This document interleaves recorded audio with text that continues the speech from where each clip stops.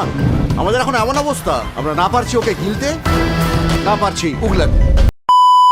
Hello ভাই ভাইরা, this Rajib. কি অবস্থা সবার? আশা করি তোমরা সবাই ভালো আছো। তো এখন আমি কথা বলবো তুফান সিনেমা নিয়ে। তো তুফান কিন্তু শুধু বাংলাদেশে রিলিজ হয়েছে তা কিন্তু না। তুফান কিন্তু রিলিজ হইতেছে অস্ট্রেলিয়া, কানাডা, ফ্রান্স আরো বিভিন্ন দেশে। শুধু তাই না, এটা কিন্তু হিন্দি ভাষাতেও রিলিজ হইব। তুফান, খুব ভয় পাইছি রে। তো ওইটা কিন্তু আমরা জানতে পারছি ওই দিন একটা শাকিব খানের একটা কনফারেন্স ছিল। ওই কনফারেন্সে শাকিব খান নিজে বলছে তুফান সিনেমা যদি 100 কোটি টাকা যদি ইনকাম করতে পারে তাহলে এরা বিভিন্ন দেশে হয়ে থাকে আয়ের একটা পার্সেন্টেজ নায়করা নিয়ে থাকে।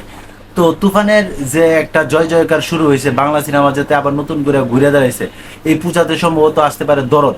তো দরদও কিন্তু ওইরকম একটা ফাটাফাটি সিনেমা হইব। আর তুফান 2 ওইটা কিন্তু আসবেই আসবে। এখানে কিন্তু আরফান নিশু কিন্তু অভিনয় করতে পারে। ওটা কিন্তু রায়ান রাফিকে যখন প্রশ্ন করা হয়েছে ওটা কিন্তু সিক্রেট রাখা হয়েছে।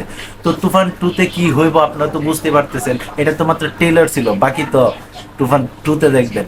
তো এই ছিল এখনকার মতো ভিডিও। সবাই ভালো থাকবেন, সুস্থ থাকবেন, কাছে মানুষটা ভালো রাখবেন। ধন্যবাদ সবাইকে। আল্লাহ হাফেজ।